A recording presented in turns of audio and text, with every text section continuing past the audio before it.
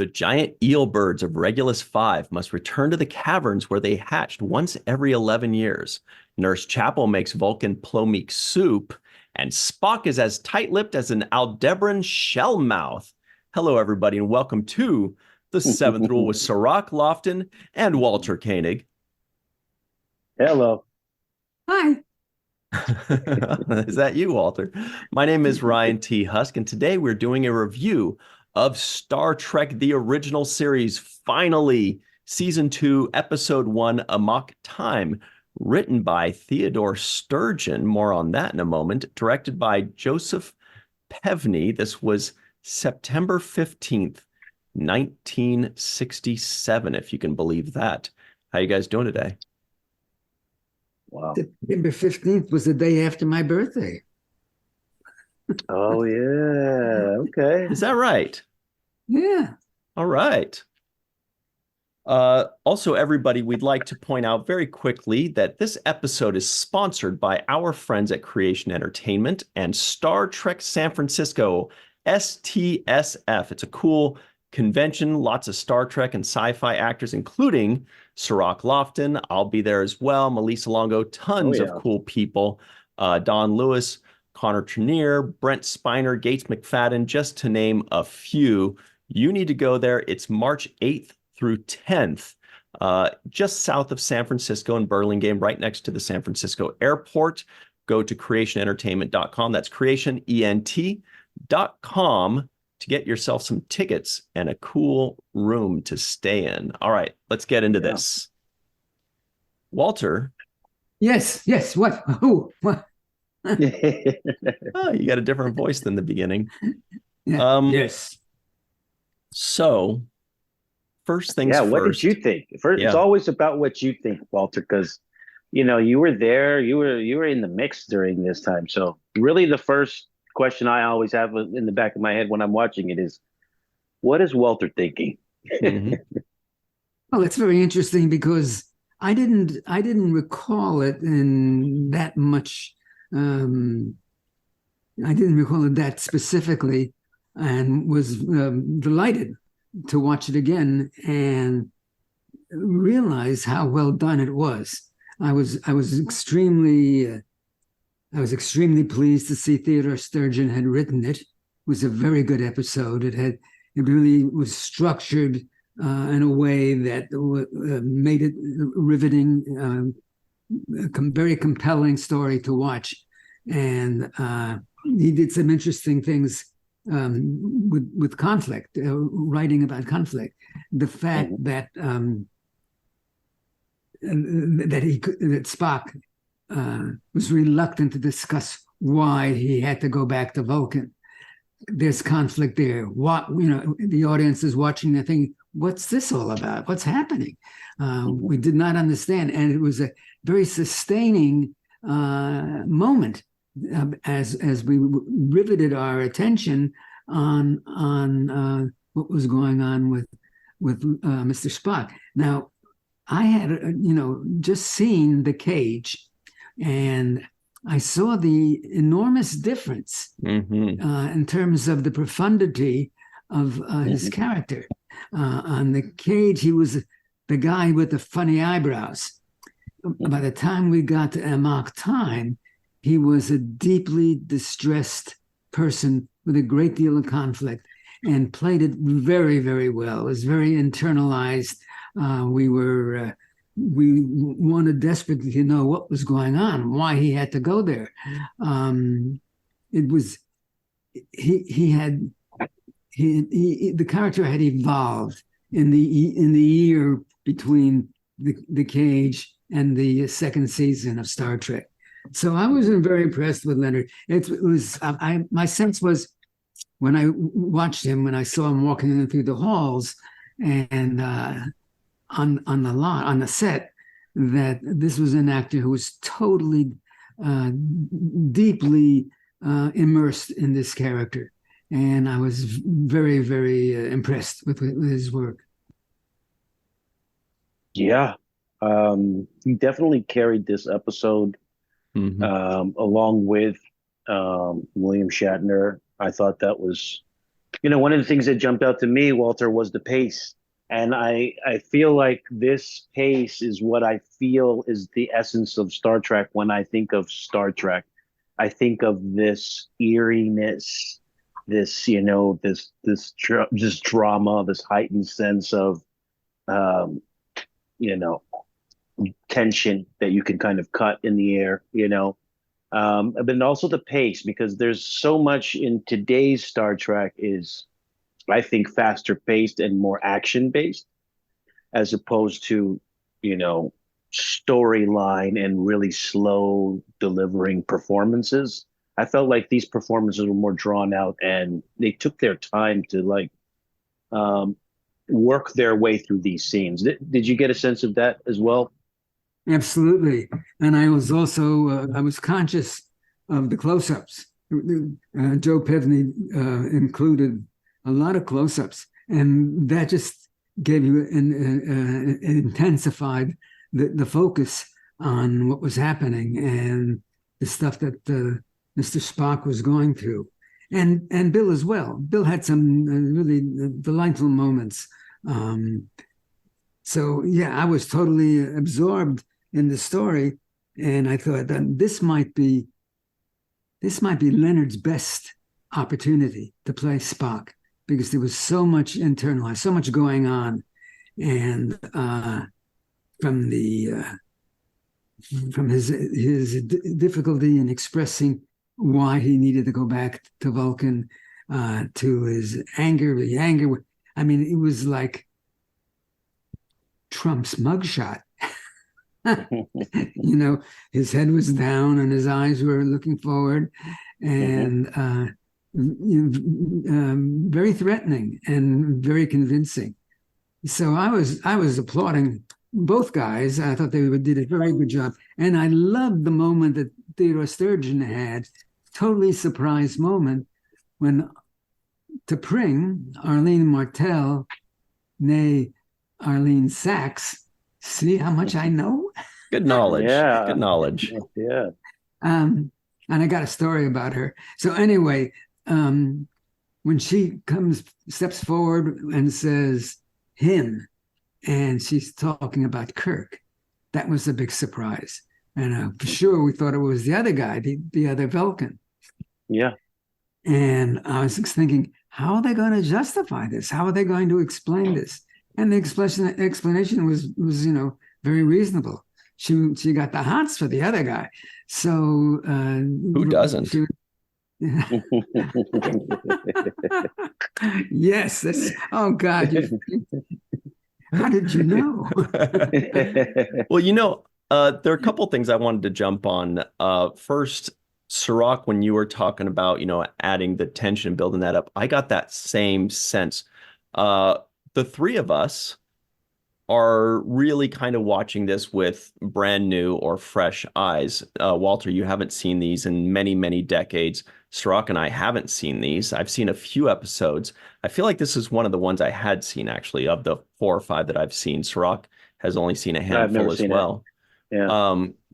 But what I noticed immediately, within the first 10 or 15 minutes was what Cirroc was describing about the pacing, but not so much just the pacing, but like also the depth, the tension. And I was calling it mysticism and awe. And this is something that clearly, watching one episode, the original series had, that none of the other series did have. This slow building mysticism and awe, and the music was unbelievable. And you're just, and it works. You when you go to Vulcan, you do have this feeling of awe of like, wow, we're arriving at this crazy place. And when, anyway, there's a lot to it. And I'm looking forward to a lot more of that. If that's what this is going to be like, boy, oh boy, are we in for a treat. Walter, can you talk a bit more about Leonard's performance? You touched on it a bit, because I noticed the same thing. We're watching him. He's got his back turned to Kirk, and we're watching the inner struggle on his face. And it's fairly subtle, but the camera, of course, picks it up, and and he nailed it. And we're watching this man, have this inner battle with himself and trying to keep his composure and try not to give too much information. It's really beautiful to see. It is. It's a great example of really good acting. You really feel that you're climbing into his soul and discovering what's transpiring. He was very, very believable, and I think the way Bill played off him was delightful. There were a couple of moments where the reaction from Captain Kirk was very spontaneous, and it was like, whoa, he's really surprised to see this. And the fight between Kirk and Spock is classic. I mean, where would you ever see that again? And I don't think there ever was another fight like that.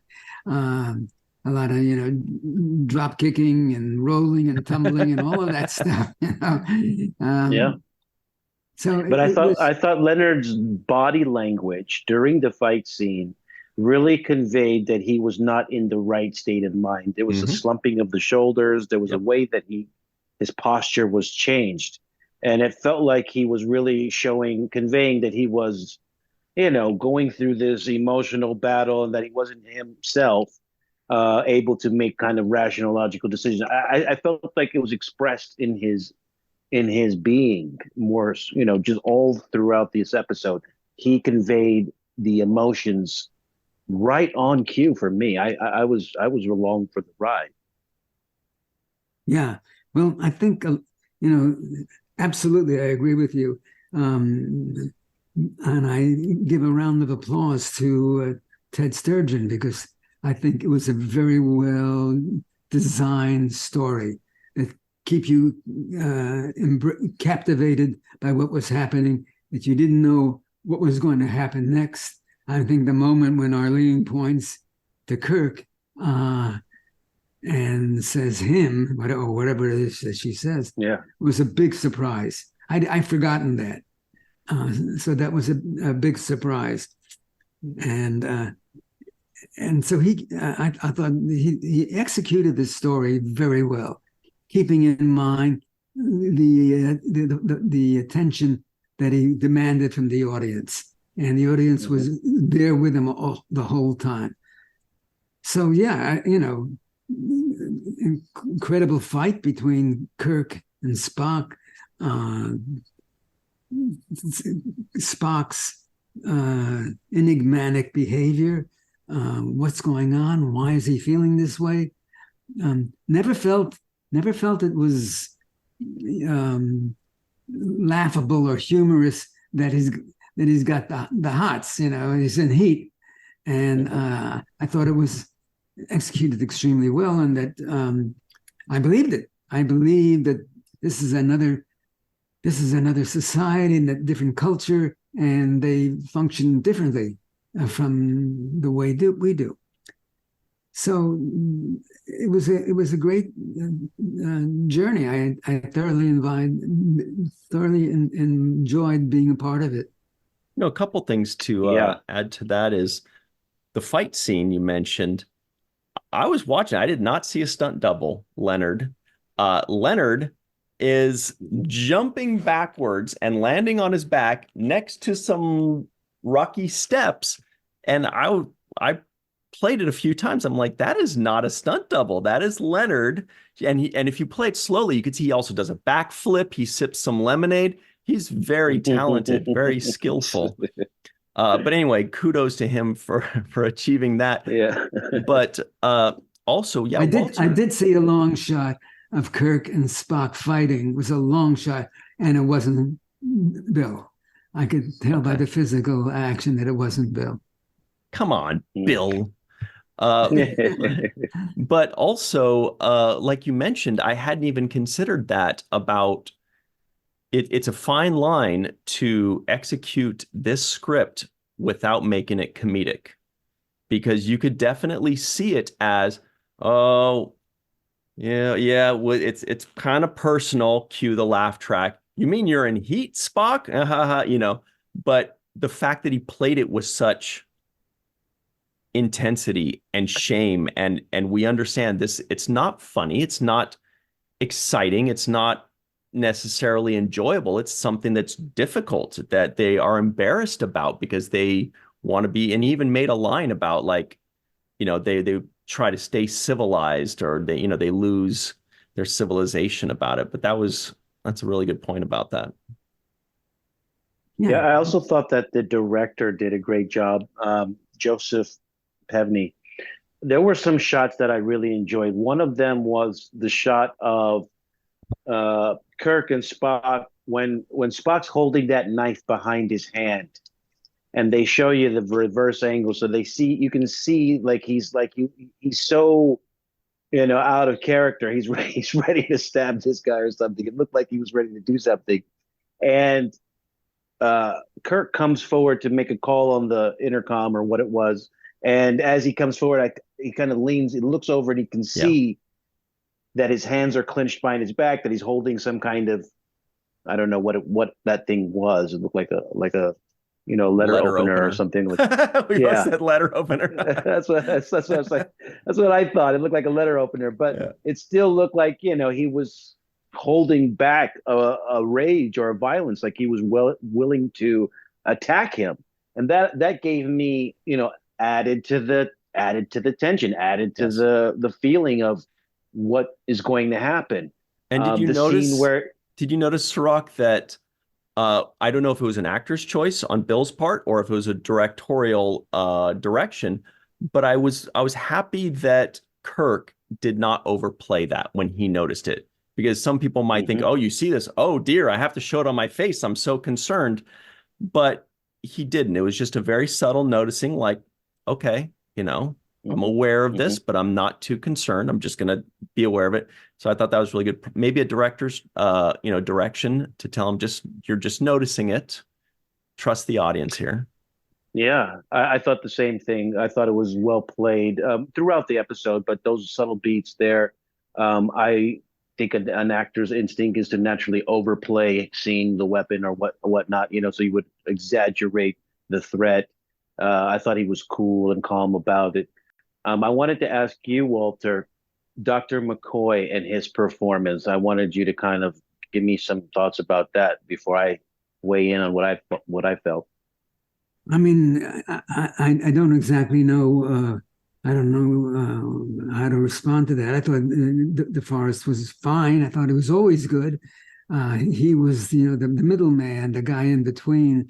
And I thought he discharged his responsibility with a great deal of truthfulness and believability. I did want to mention that Joe Pevney, who was the director, directed me in an Alfred Hitchcock Hour Presents.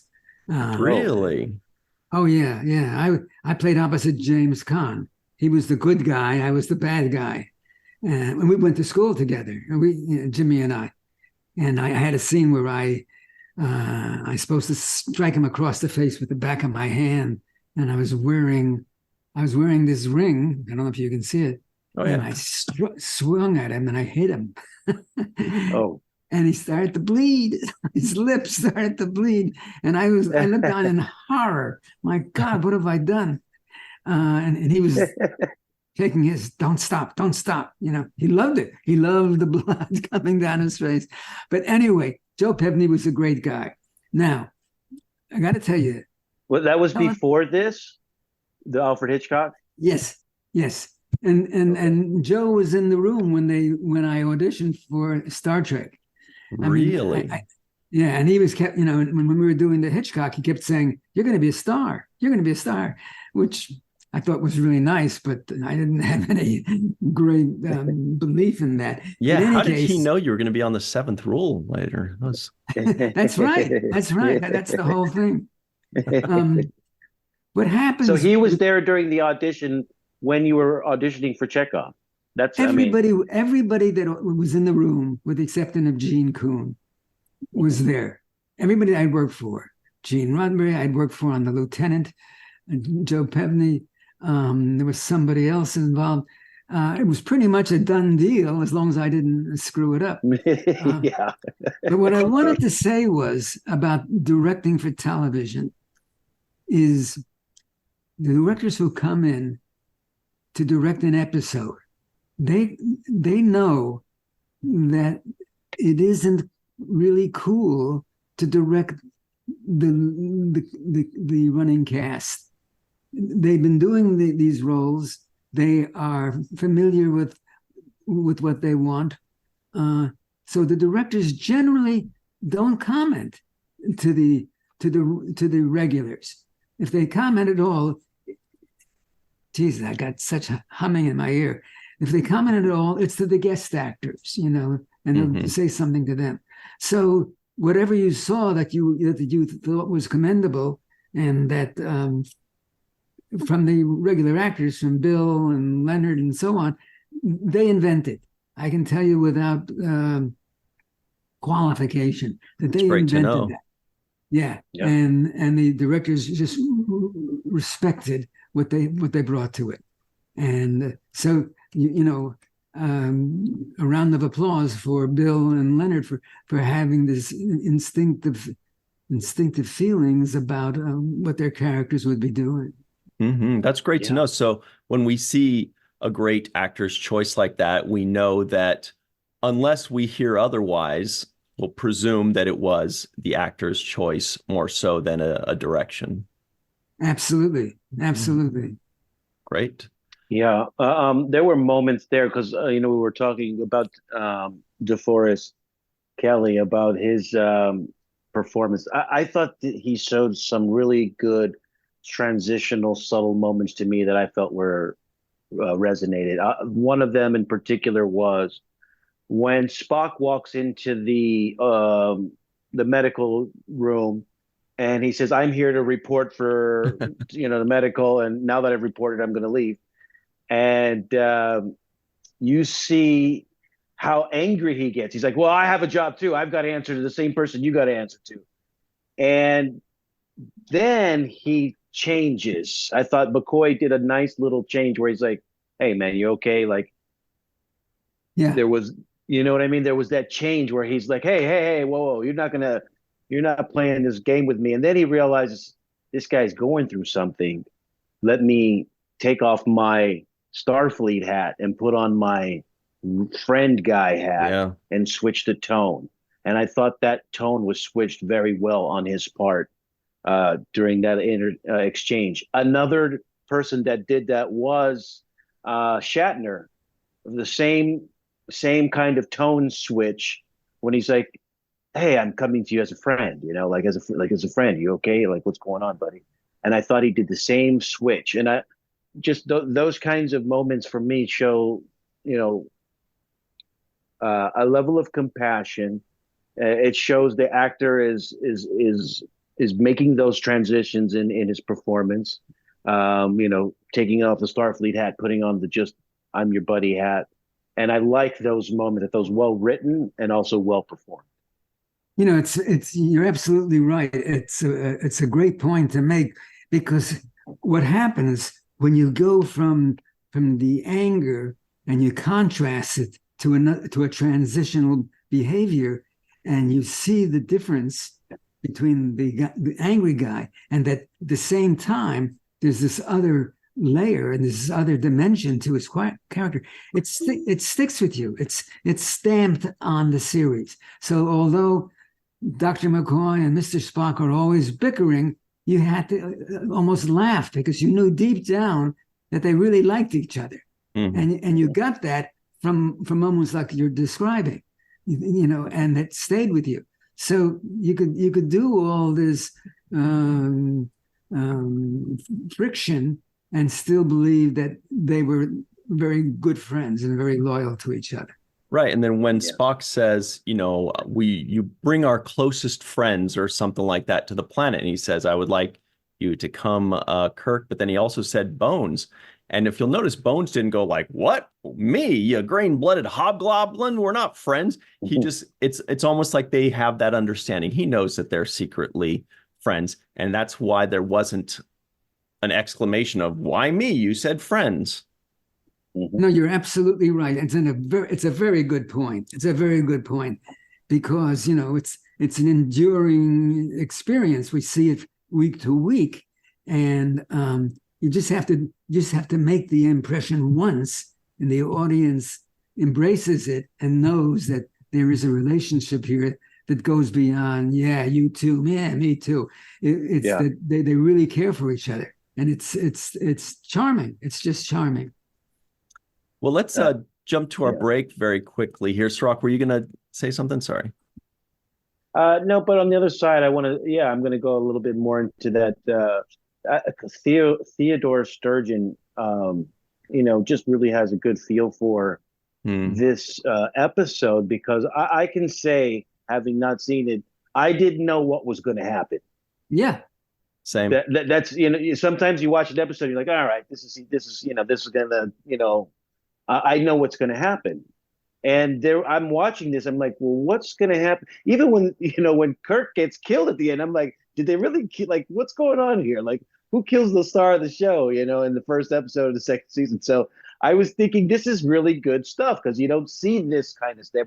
They broke a few rules in storytelling where, killing the lead of the show, the love interest doesn't end up with Spock.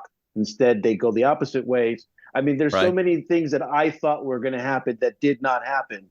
And I thought credit to Theodore Sturgeon, Mr. Sturgeon, for writing a script that was unpredictable. It was like, right.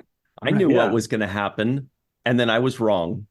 But I was like, I even put in my notes, I was like, I bet I know what's going to happen, and I was wrong. So kudos all around. We're also going to get a story from Walter about Arlene Martell.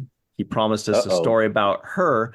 I've got something to add about Sturgeon. So much more to discuss, everybody. We'll be right back on the other side on The Seventh Rule. Hi, everybody. Welcome back to The Seventh Rule with Cirroc, Lofton, and the legendary Walter Koenig. Here are the trivioids of the week, everybody. They go a little something like this. Spock has been acting nervously. Nurse Chapel makes Vulcan Plomeek soup. Deep Space Nine fans will recognize Plomeek soup. Dr. Julian Bashir, that Walter was actually talking to us about before we hit record about Alexander Siddig, but he loves Plomeek soup.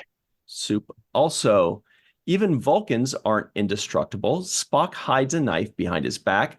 Spock is as tight-lipped as an Aldebaran shellmouth. The giant eel birds of Regulus 5 must return to the caverns where they hatch once every 11 years. Spock bashes his poor computer. Altair 6 is no ordinary matter. Vulcan's atmosphere is thinner than Earth's. T'Pau is the only person to ever turn down a seat in the Federation Council. All right. So, Walter, you said you had a story about Arlene Martell, who was amazing, by the way. I know I'm like 60 years behind on this, but I'm like, whoa, does anybody realize how stunning she is? Yeah. So before Star Trek, BST, before Star Trek, I was in a theater group called Theater East. And we did scenes in the group. We didn't showcase. And that's ultimately why I left Theater East, because I wanted to be seen, and hopefully get some interest in hiring me professionally.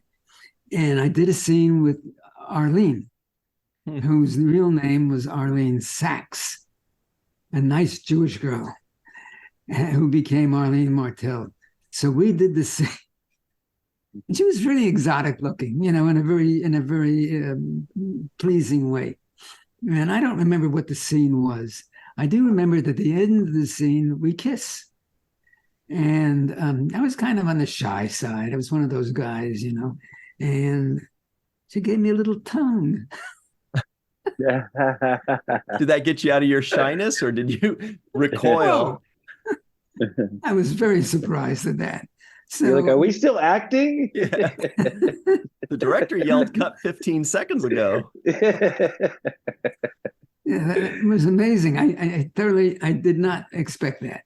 So that was neat. And we did a good scene. Whatever the scene was that we performed, we did it well. And then years later, years after Star Trek and had come and gone in terms of a viable entity, I was directing at a college. I was directing some films. I was directing some films, and the two guys who were running the class brought Arlene in to do a scene that I directed. I directed her in the scene, so that was kind of fun. It was long after the fact, but she was very charming and pleasant, and we got along well. Yeah. I never brought up the tongue thing. Yeah, if you had brought that up to Spock, he might have picked you to come down to the planet Vulcan. Let's bring Chekov. I gotta fight this guy to the death. I did want to mention one other thing regarding the female performers on our show. They did soft focus on all the females. Really? On Arlene and on Majel and whoever else was T'Pau. It's Grace. I don't know if Grace Lee Whitney was on that or not, but they did soft focus, which was interesting because I only was aware of that in films, in motion pictures. I wasn't aware of it being done on television. Can you tell the audience what the soft focus is? Yeah, it's to make them look younger and more attractive. And you don't see any lines. You don't see any, anything. The makeup is very smooth. That's something that has always been done on film, particularly way back as the 40s and the 50s.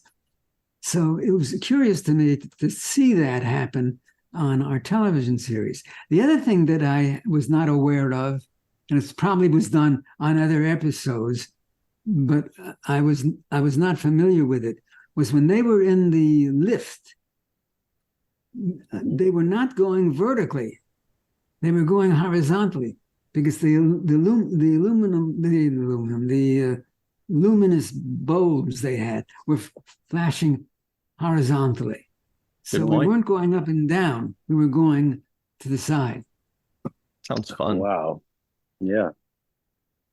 That is cool. I actually wanted to bring up Majel a little bit because I thought she gave a great performance in this episode. I don't know if anybody else did, but I loved when she was kind of tearing up in that scene with Spock, when she just looked amazing to me. And I thought I wrote down her, one of her best performances that I've seen her. And it's a very different type of performance than Cirroc and I are used to seeing. We're used to seeing her being in charge and larger than life and, owning the place more so than, I don't want to say somebody with more depth, but certainly, different layers. And Cirroc, I actually thought of you at that point because you, like me, probably thought, oh, when we are watching Strange New Worlds, the new Star Trek series, Strange New Worlds, it's doing very well, we're seeing hints of Nurse Chapel and Spock and their romance, kind of a forbidden romance, kind of an unsure, she likes him, he kind of likes her, but she seems to be pushing for it a bit more. We're seeing this way back in 1967. They were planting those seeds, no pun intended, at that point. But no pun intended. I love that. I say that out loud. Sorry. Well, see, that was part of, I think, the inducement for her to get involved. That this was supposed to be a running situation where she's got a thing for Spock. As we proceeded over the course of 2 seasons, that kind of lost, and Majel got pretty much upset about the way things evolved for her character. She thought there would be a relationship with Spock, and she could pine for him, and there could be moments when they showed an interest in each other. Now, because those are great moments. These are the kind of things that really sunk in an audience. Yeah, so you wonder, Gene didn't twist any elbows.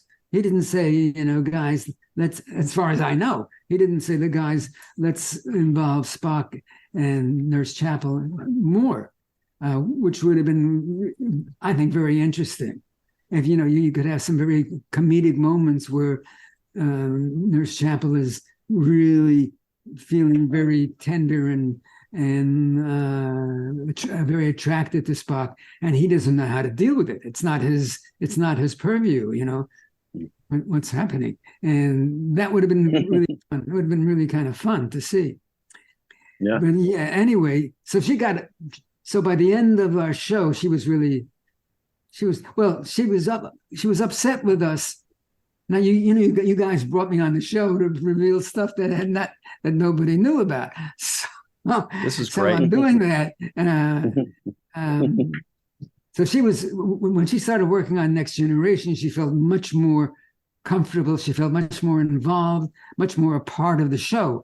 And as a consequence, she felt a little more aggressive about being upset with the way she was dealt with on the original series, in which she would say things that were kind of I don't know, bitter is the right word, but she wasn't happy with our show, and she loved being on Next Gen. Well, your husband's the boss, so I don't know. It's not really much we can do about it. Yeah. So that must have been a long car ride home, as they say. But well, I don't think they were married at that time. Were they married yet at that point? Oh, I think so. Okay. Yeah, I thought she did great. And what alluding back to what Ryan was talking about, and even what you said, Walter, about her being on the Next Generation, she gives a completely different performance in the Next Generation. The Luoxana Troy character is way more of an extrovert, way more of a scene hogger, give me the scene, I'm going to be the star of the scene, and in this particular, she was, more of a complimentary character. There was a nice shot that I thought the director did of her sitting and listening to Kirk and McCoy talking about Spock's condition. And as she was listening off in the back, she got up and went to tell Spock, we're going to go back to Vulcan. That close up on her, just that solo shot, I thought she was just great in this episode, completely different than what I've seen her before, and a more internal performance.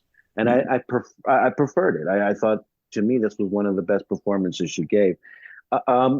Another thing I wanted to say about this episode was literally very little, if none at all, special effects. Right. This episode is carried with the storyline, with good performances, good acting.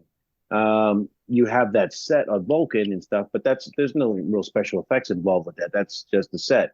I thought they made such a great sci-fi show with no special effects, just based on the story alone, just based on the acting.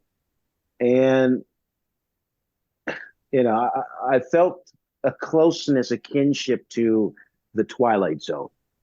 There was, I always talk about how much I love the Twilight Zone.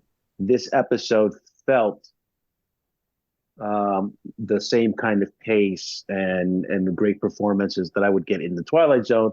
The other show that I would love as well is Alfred Hitchcock Presents, which you mentioned not too long ago, Walter. So it falls in the area, in the same hemisphere for me as the Alfred Hitchcock and the Twilight Zone, as far as mystery, as far as my curiosity to find out what was going to happen. I thought the storytelling was on par for that. The only thing that bothered me, speaking of special effects, and I can understand why they chose to do what they did, was when Kirk gets his blouse cut and you see his skin and there ain't no blood. I would have liked to have seen a little blood. On the other hand, it could be distracting, you could be focused on that. I thought the same. I think it was a continuity thing, where it's just they had to kind of hide that a bit at first, because then otherwise they constantly have to be retouching and it's soaking into the shirt and all this kind of stuff. That's just my assumption, is it was a continuity thing. But then at the end, suddenly there's tons of blood. There's nipples everywhere. There's blood everywhere. There was? Whose nipples? I didn't see any nipples. Oh, you missed out. There's definitely some Kirk blood and nip. Well, yeah, I also like the language too. There were words that I think Spock called Kirk and everybody an outworlder.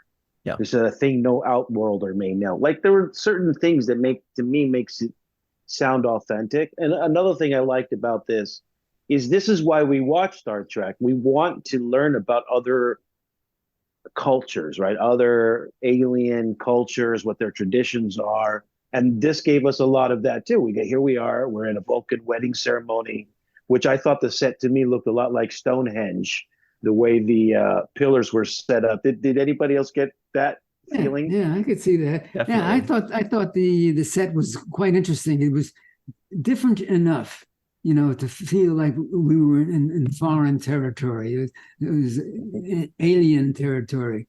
At the same time, it wasn't inordinately elaborate. There was a kind of feeling of space, and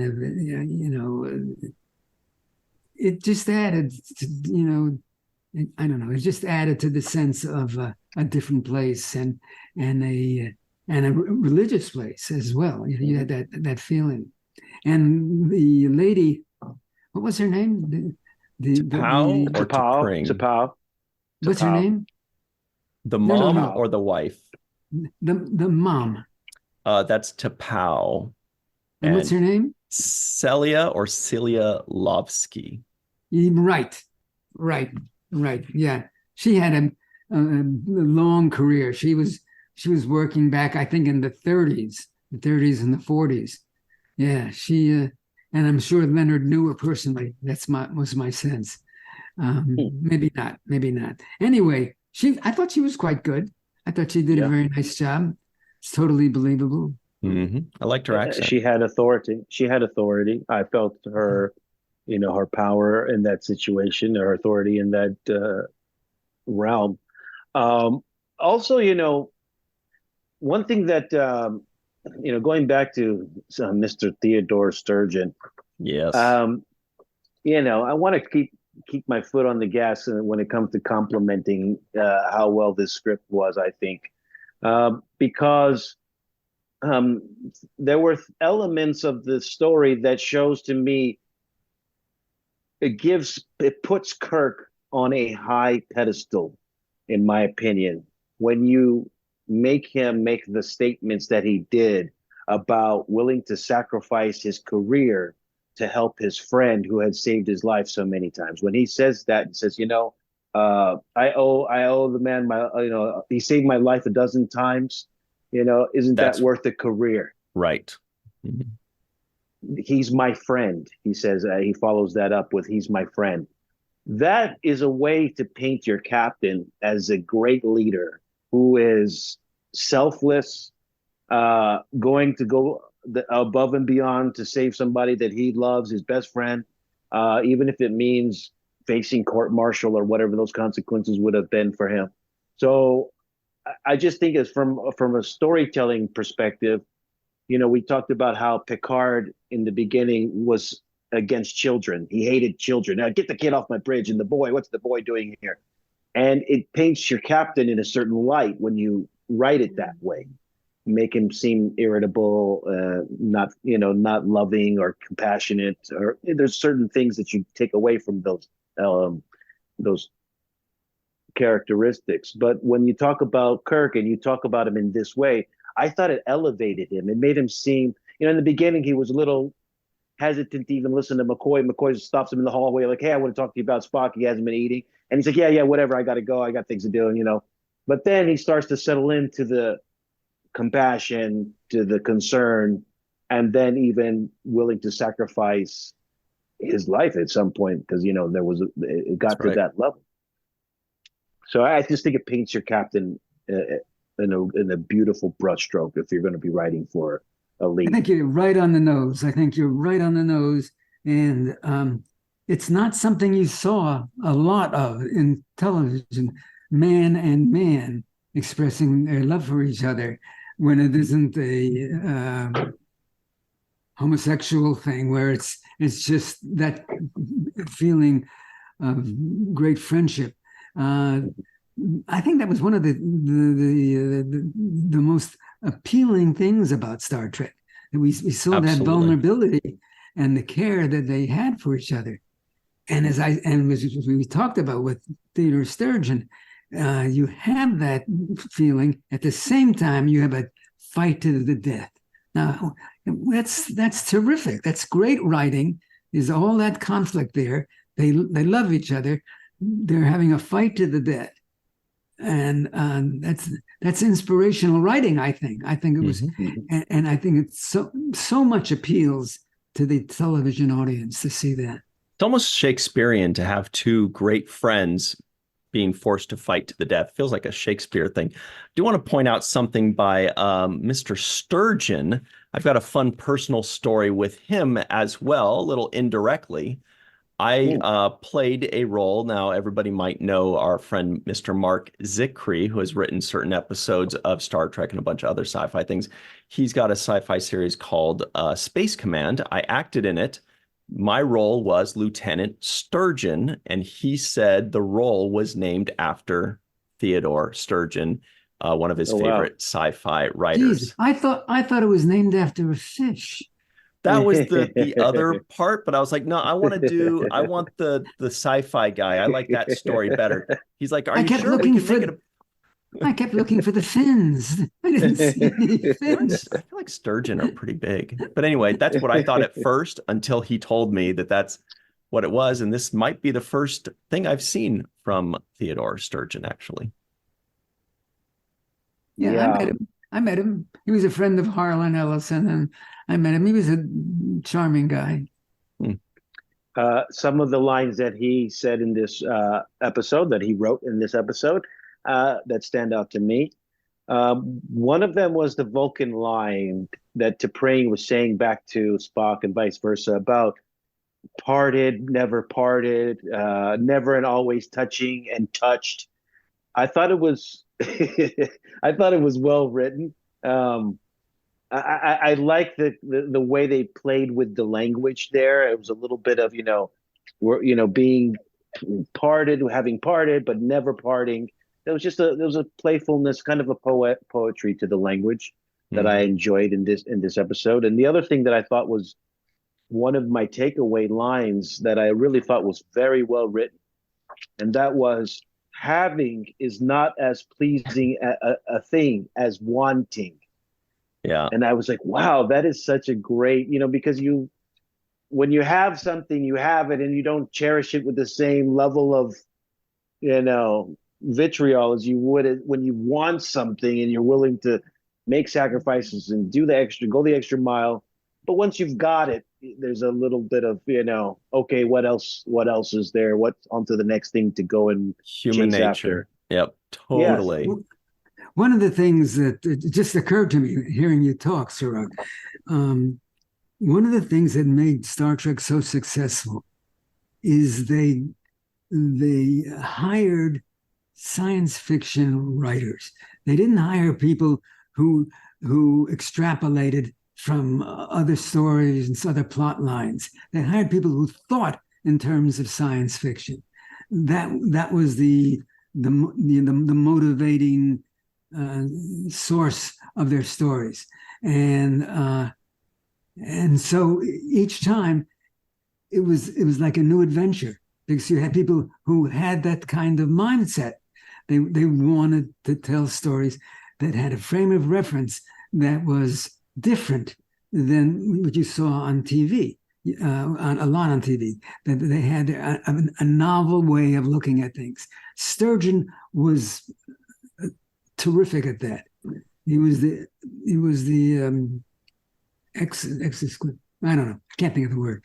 Anyway, he was the kind of writer that was best suited to write for Star Trek because he thought in those terms. Mm-hmm. I just wanted to add as well that when I was watching this towards the end, I remember thinking, wow, imagine if 1967, this I believe was probably before the internet and Twitter, if I remember correctly. And these people that are watching this September 15th, 1967, this is the first episode of season 2 as far as when it aired. I wonder what was going through their mind when Captain Kirk dies, if they're actually thinking, whoa, is this show actually going in a different direction? This is the first episode. Maybe this is just going to be Spock's ship, you know? And I just thought, I bet they fooled a few people, and I thought that was really cool. But we got to go in just a second or two. Before we go, let's talk about the home run of the day, shall we? Look at this. Cirroc, who do you say gets the home run of the episode? Yeah, this is very tough because I thought it was so brilliantly acted. I thought the acting was so good in this episode that it there's moments when it's slow, but it's slow and you're still captivated. It's still riveting. And, even though there's not a chase scene or a blow up ship or, things that keep audiences kind of out of their seats, I was still watching this with my eyes focused on what's going to happen because the performances were that good. So as much as I want to give my home run to the actors, in particular, Mr. William Shatner and the late great Leonard Nimoy, I still have to go with the writer because it just gave you so much. So the Theodore Sturgeon is going to get my home run for this episode. What about you, Walter? Who gets the home run of the episode for you? Cirroc gives a very convincing explanation as to who we thought hit the home run. The fact of the matter is, I was going to say Leonard, but after hearing him and after going over in my mind what we discussed, I think Ted Sturgeon definitely should receive that accolade. I think he did a terrific job. He was a very creative, bright writer. He understood the kind of stories that we were going to tell, and so I'm in accord. All right. I'm going to go along with that as well. I agree. Theodore Sturgeon, great. There were so many great things in this. I do want to give a honorable mention, of course, to the first appearance of Chekov. This was Chekov's first appearance. Yes. So this was a new character being introduced for the first time in this episode, and you nailed it, by the way. I'm sure people loved you on day one. And I also want to give a secondary shout out to the person that was doing the scoring, because the music was unbelievable. The scoring was fantastic. Really loved it. I was like, wow, they made good music back then. That's amazing. That's it. Let's say thank you to a few other amazing people, and their names are as follows. Homer Frizzell, Dr. Marie Segal, Eve England out in Wales, who, by the way, is going to Stonehenge this week, she mentioned, speaking of Stonehenge. Oh, wow. Yvette Blackmon-Tom, TJ Jackson-Bey out in Missouri, Bill Victor Arukin. Arukin. Titus Mohler, Darlena Marie, Dr. Mohamed Noor, Tierney C. Dieckmann, Anil O. Polat, Joe Balsarotti, Mike Gu, Dr. Stephanie Baker, Carrie Schwent, Faith Howell, Edward Foltz, My Life from Tokyo, the Matt Boardman, Chris McGee, Justin Weir, Jake Barrett, Henry Unger, Allyson Leach-Heid, Julie Manisfee, Marcia Classic Schreier, Greg K. Wickstrom, Jed Thompson, Dr. Susan V. Gruner, Glenn Iverson, Dave Gregory, Grandpa One, aka Tim Baum, and of course, Jason Okun. All right, everybody, stick around. We've got the free-for-all next. We'll be right back on the seventh rule. Hello, everybody. Welcome back to the seventh rule. This is the free-for-all. Melissa Longo's here. Hi. So is Jason Okun with the cool background. Mai is live in Tokyo, also a pretty cool background. We're going to hear some stories, I bet. Dr. Mohamed Noor knows just about everything, and he's going to impart some biological information on us, probably. TJ Jackson-Bey is out in Missouri. We've got Greg Kenzo, cool background too. Carrie Schwent is here. She's got a couple images of Spock and T'Pring. The Dark Lord, Chris McGee, is here. We've got Guldu Scott Jensen, and of course, Marsha Classic Schreier. Allyson Leach-Heid is also here. Very quickly, Jake Sisko guesses the IMDb score. I'm going to say this was like an 8-2. I'm going. Does anybody else? That might be low. Anybody else have any guesses that doesn't already know? 8-3, just so I can go a little bit above Cirroc. You can do 3. I'll do 4 then. 8-4.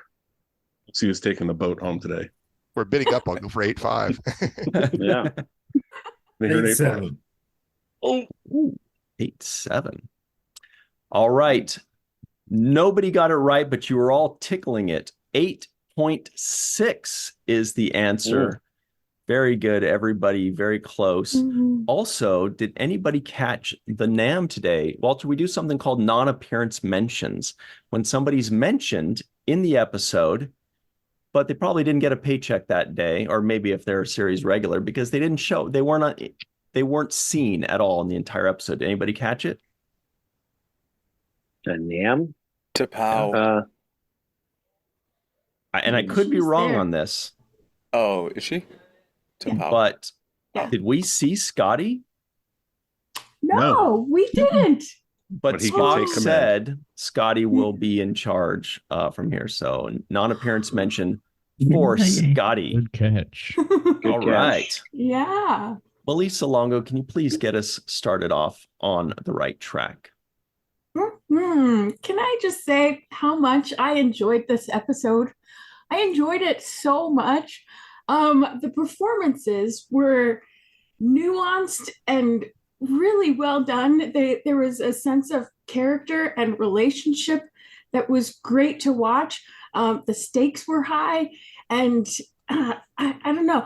And I love the styling of the episode, particularly of T'Pau and T'Pring. They're just, both of them were stunning, in my opinion.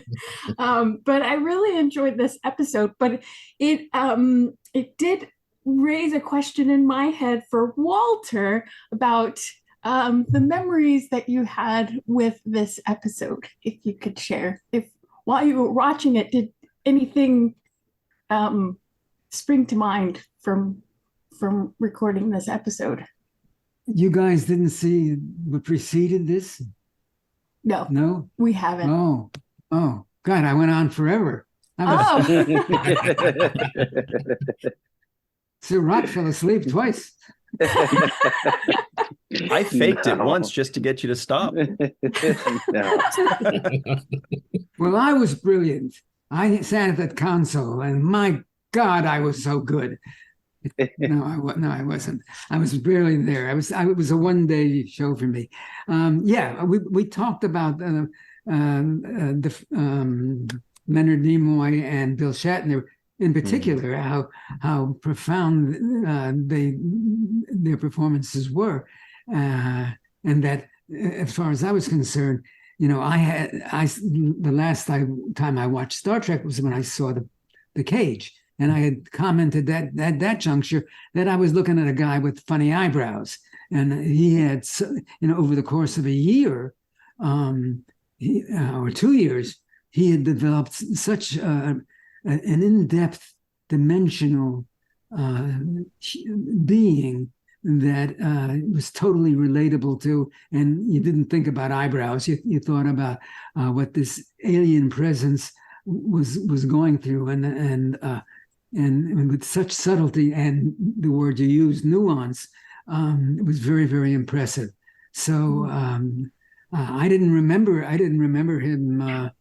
I guess I saw the episode once before this, but I didn't remember how good he was. And Bill was very, very instinctive and very intuitive. He had some very spontaneous moments that I felt were very genuine. So, yeah, I was very impressed. The thing that impressed me most, and Ryan and I both felt that way, and I think Cirroc as well, was how well written the episode was. Theodore Sturgeon, who was a real science fiction writer. I mean, this was his venue. This is his ballpark, and he wrote an episode that was totally involving and sustaining and surprising and inventive. And so I was very impressed with Theodore Sturgeon as well. Mm-hmm. Definitely sang his praises. Thanks very much, Melissa Longo. Cool shirt, by the way. All right, thanks. Jason M. Okun is here. What's up, Jason? What did you think of this episode? Well, this was obviously an absolute classic, and there's no disputing that. I mean, yes, it was filmed fifth in the second season, but I think people knew from the start that they were going to lead in with this one. I think it started with NBC and sort of went on. Everybody is at the top of their game, for sure. Starting from Walter, as you said, the script. I mean, certainly Theodore Sturgeon, but it was rewritten heavily by Dorothy. Heavily. A lot of it was changed. I mean, the basic story is there, but a lot of the dialogue was changed. It became sort of more personal, more Star Trek. I want to jump in. That may well be the case, and I don't know that for a fact. Were you working on the show? No, you were a baby. You just read things, you look at different versions of things, and you can tell who did what. Did you get it from These Are the Voyages, Mark Cushman? Some of it, yes. Some of it, I just literally got the documents and read them. Okay, I just want to add, as a in-person observer, is that Gene did that with every script. No matter who wrote it, Gene rewrote it. And so it's not a reflection on the writer, because the writer did a terrific job.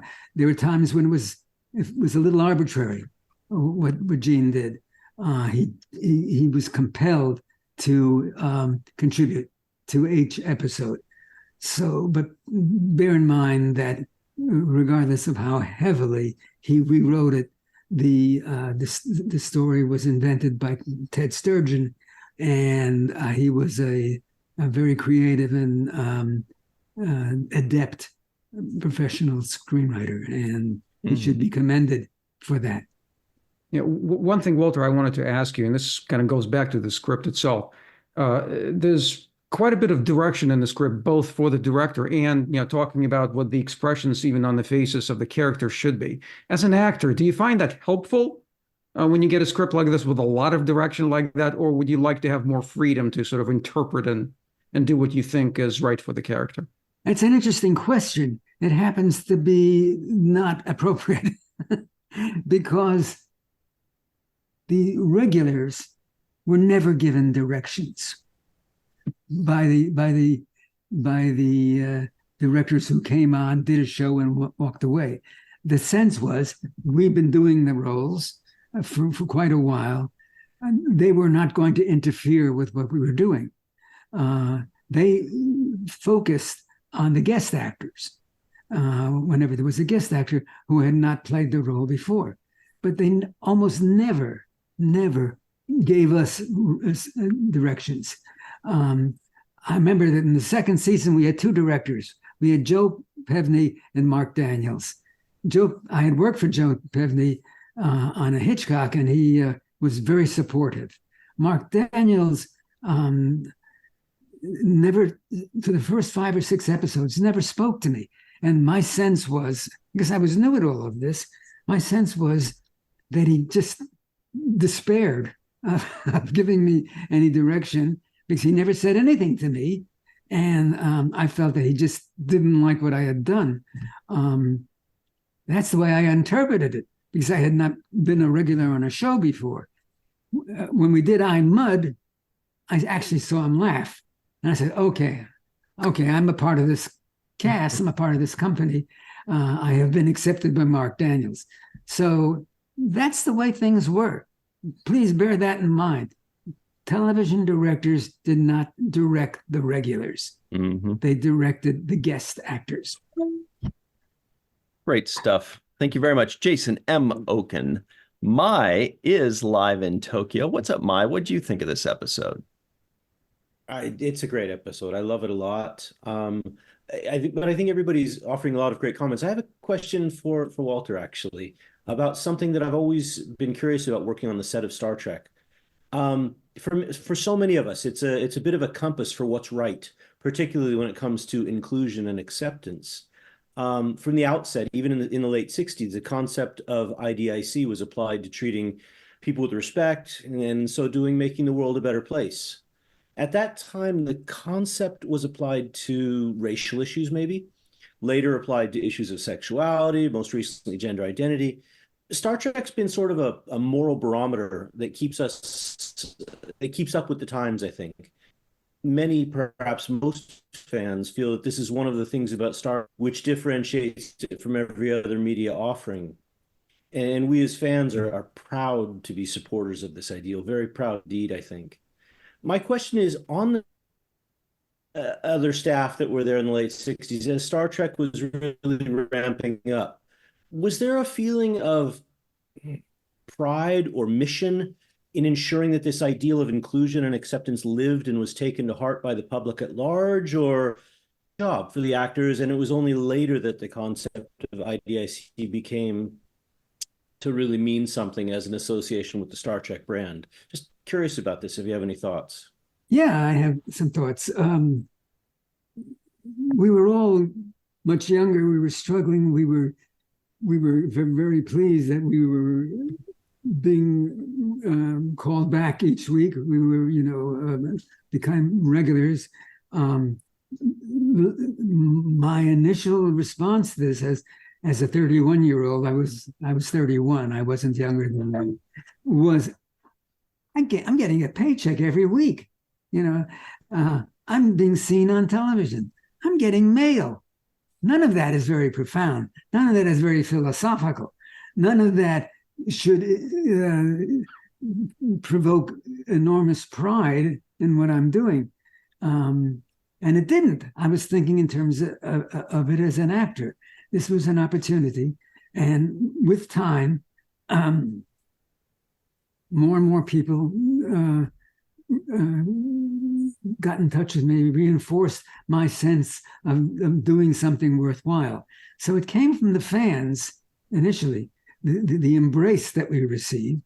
And as we went to conventions, as we were received with such exuberance and enthusiasm, and if I may dare say, love, it made us feel that much more important to what was transpiring.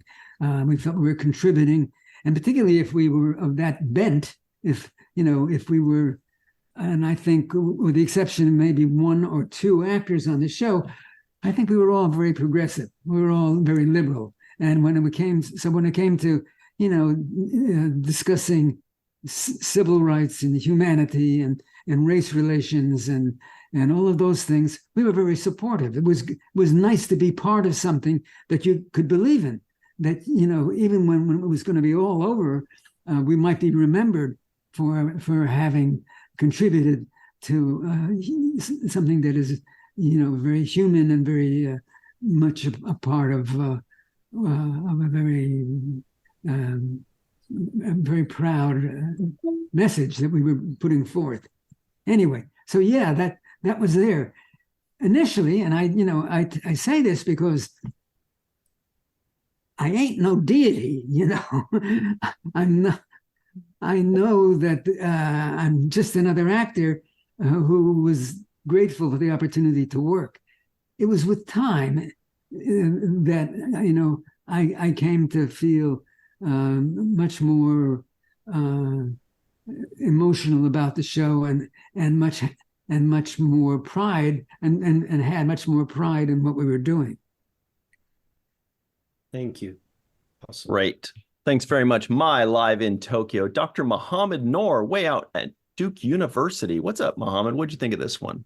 Hello, I love this episode, and I love that it's got like a cool biological angle to it too. So it got me thinking about a couple of things. Number one is this idea of sort of cyclical mating times, like having to mate every 7 years.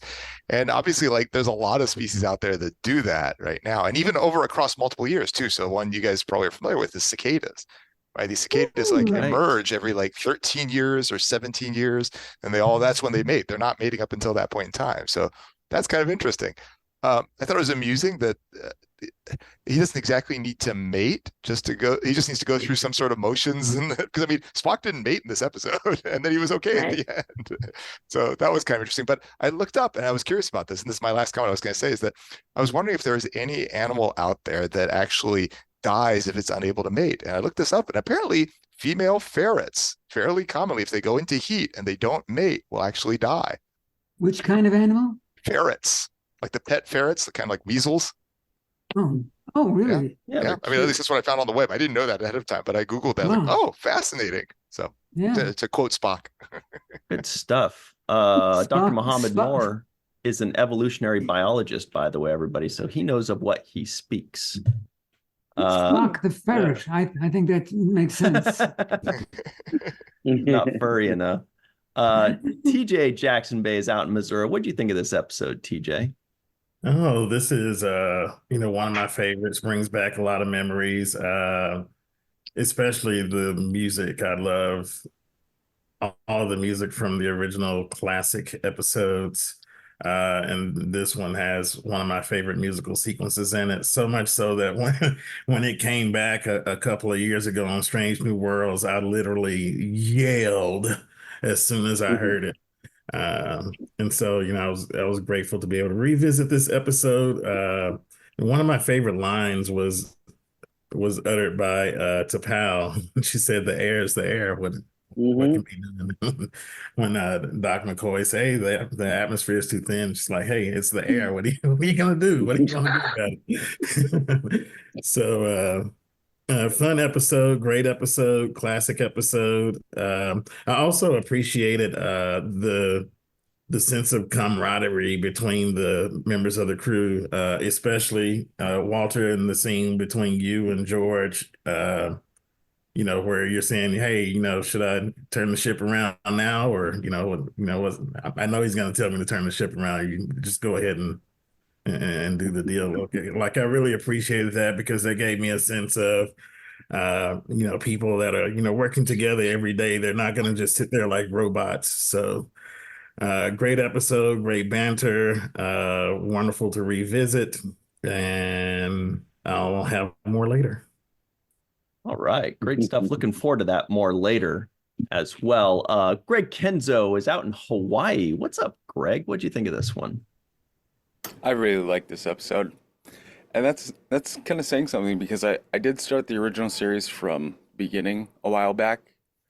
I didn't get very far, but I didn't give it a fair chance. And so this season 2 really, I mean, there's so much of it that you can see throughout all the treks.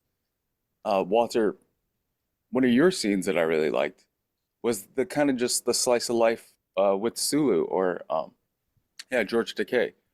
We get to see that a lot more later on with like Michael Pillar's writing. He does a Julian and O'Brien on Deep Space Nine, and that's kind of just like, and it's almost a Lower Decks feel. You're not a Lower Decks character, as in a lower ranking officer, but we still get to see that kind of behind the scenes with you and Hikaru Sulu, which is groundbreaking in itself that you're both on camera, Asian American and a man playing a Russian during is this the time of the Cold War?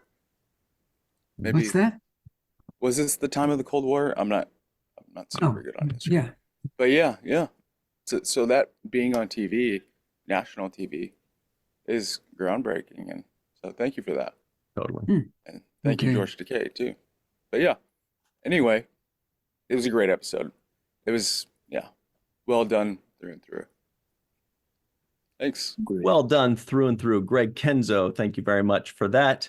Carrie Schwent, aka Crafty Bear. What's up? What'd you think of this one?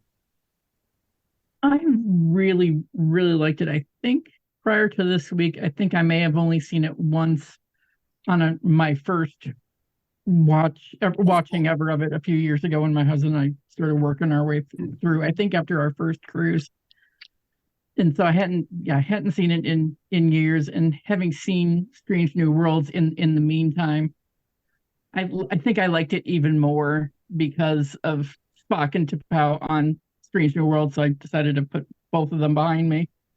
Fantastic casting for the newer versions of them, I think. And the whole greeting and response that they do is it's beautiful. I find it beautiful. It's very, very poetic, not over the top or cheesy at all. Just the right amount of different, if that makes any sense at all. I've got a couple fun things I found in my research that I'll save for later. Walter, you're and George's two tiny little scenes. I found the two of you just so adorable. Just watching your tiny little banter between the two of you just made me smile. It was so. George Takei just has the best smile, I think.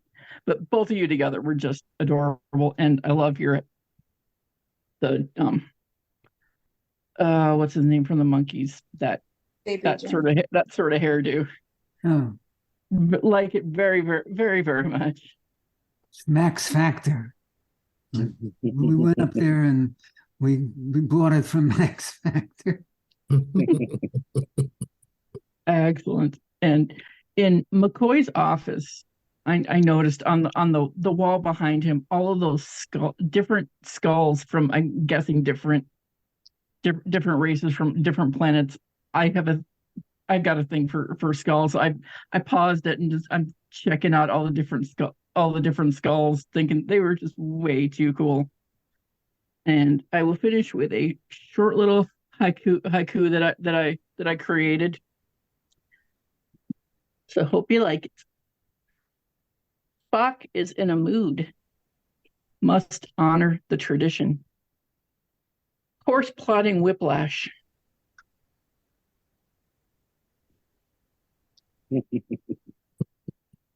Yeah. Sulu had your back, telling you to be prepared for when Kirk said, "Yeah, you know what? Yeah, I changed my mind again. We're going back this way." I was used to the limericks that went longer. I thought there was more coming. I remember you said haiku. Good stuff. Thanks for very much. TOS, I decided to do haikus. Yeah. Excellent. All right. Somebody who's high and cool. Chris McGee, what's up? What do you think of this one? You know it. Yes, I won't reiterate what everyone else has already said. It's an iconic episode and all that. I'll touch on the little things, like, for example, I don't know if it's maybe the HD upgrade of the episode, but I never really noticed before Nimoy's pretty excellent acting, like in his face and the way he carries his body, conveying his struggle, fighting the emotions building within him. Like, I never noticed before, I think, where he was holding that stylus behind his back and real tightly and shaking. I thought that was fantastic. I don't know if that was directed or not, but that was great. And I'm also starting to notice the musical score used in these shows nowadays. Of course, we all know the iconic fight theme music used later in the episode, but I'm kind of talking about more about the lesser known cues. For example, the guitar music was one of the first things I noticed, that almost acts as sort of a theme for Spock whenever he's on screen. And speaking of the fight theme, I had definitely never noticed before the quiet, slow version of it that plays while Spock is explaining Ponfar to Kirk in his quarters. I'll save anything else for things left unsaid. Don't know if it was mentioned before, but there was some kind of in this episode. I think the jury may still be out on that, when Kirk says, if there's a problem of some sort, illness in the family. Ooh, I like it. So not sure if that qualifies, but I'll throw it out there anyway. And finally, my memorable quote of the episode. Always remember this one. After a time, you may find that having is not so pleasing a thing after all as wanting. It's the big one. Thanks very much, Chris McGee, the Dark Lord. Marcia, classic Schreier is here. Marcia, fun question for you. What did you think of this episode? Oh, I didn't like it at all. It's one of my favorites. And it's a perfect episode to start season 2, even though it wasn't the first episode filmed.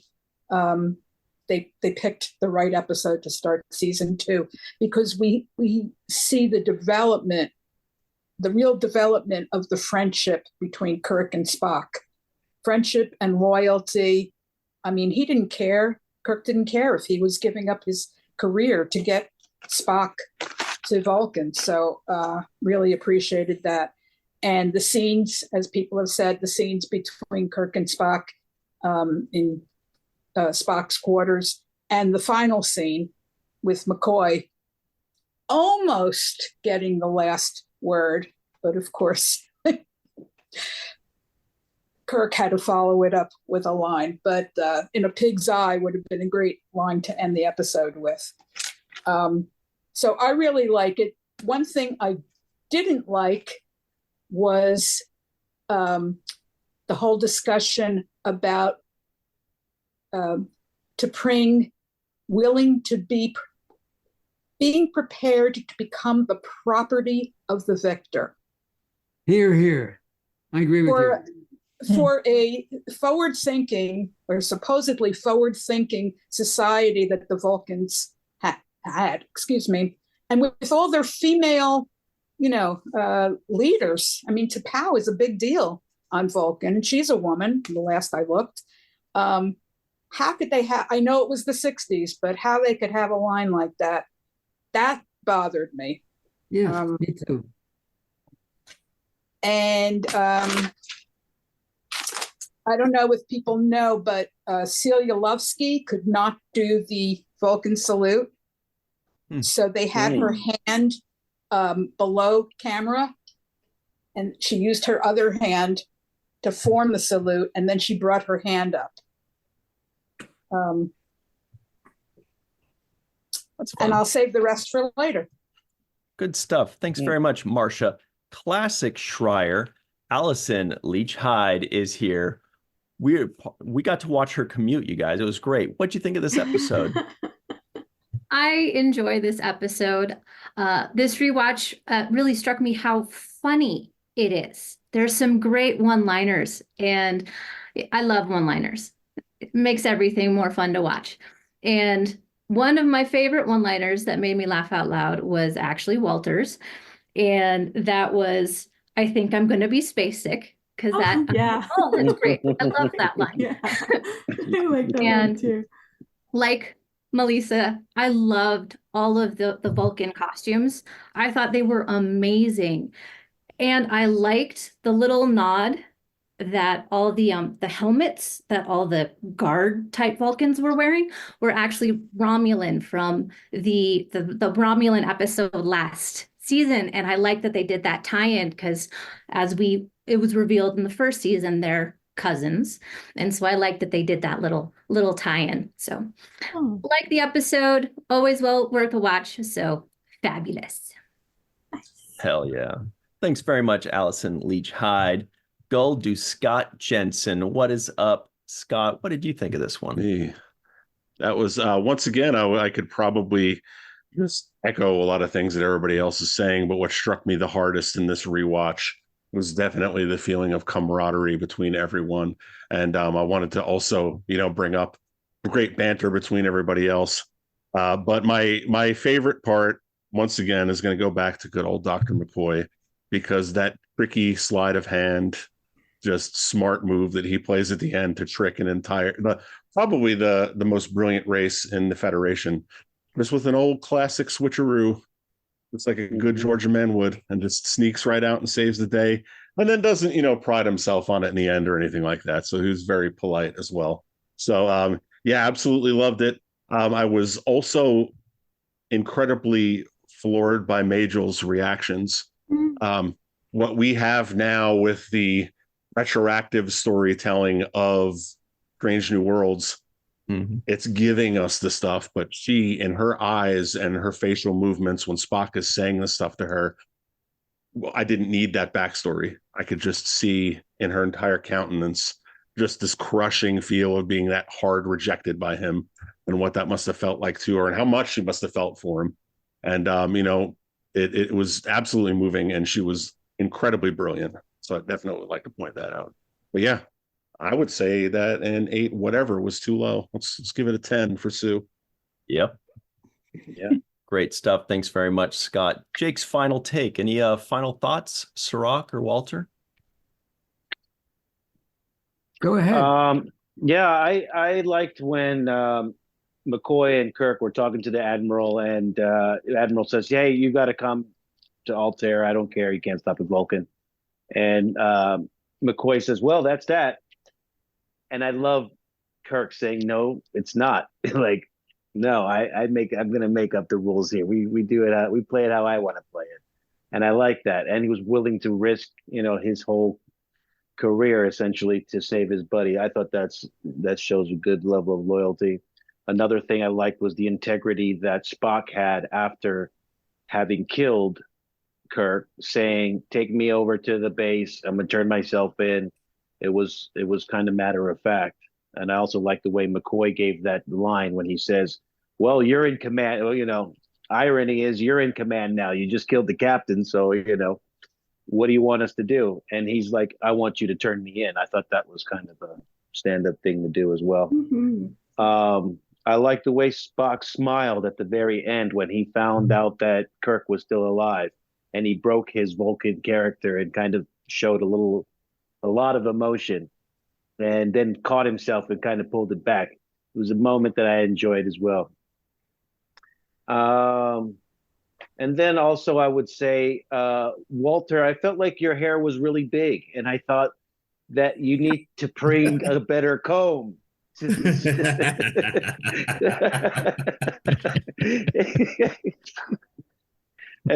that's my final take. Yeah, that's very profound. And I thoroughly agree with you. My God, it would have been such a good performance had I not had such big hair. Yeah. I love that. No, So it was anyway, great, though. It reminded me of Columbo's big hair when he had his big hair moments. But I loved it. Good of you to Spock that.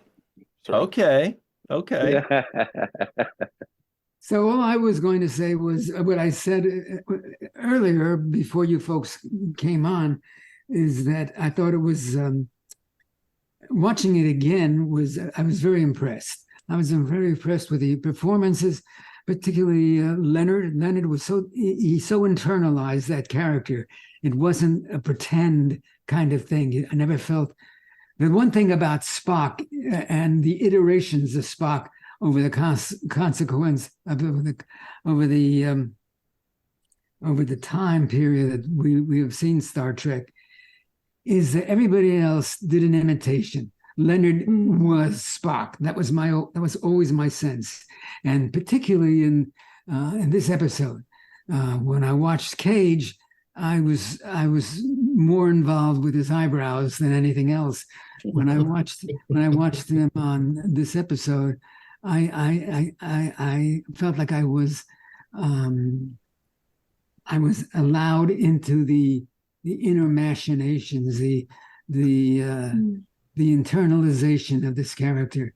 It almost felt like it was like a peeping Tom. He was so good, so totally identified with the character that I was extraordinarily impressed. And Bill had some really delightful moments, very spontaneous moments, when I thought he did extremely well. But most of all, Theodore Sturgeon did a great job, regardless of how much, whatever the contribution was by Gene Roddenberry. Theodore Sturgeon was truly a brilliant television science fiction writer. And I think his name has to come first when it comes to discussing this story. Mm-hmm. Not to be confused with Theater East that Walter told us of earlier. But anyway, to quote Cirroc, that's going to bring us to an end here. Thank you, Mohamed. Thank you to Melissa, Jason, Mohamed, sorry, TJ, Greg, Carrie, Chris, Marcia, Scott, and Allison. For myself, Walter, Cirroc, Melissa, and of course, Aaron Eisenberg, we'd like to thank you all for hanging out with us. We know you have a lot of podcasts to choose. I don't know, that felt like a commercial. We'll see you next time on The Seventh Rule.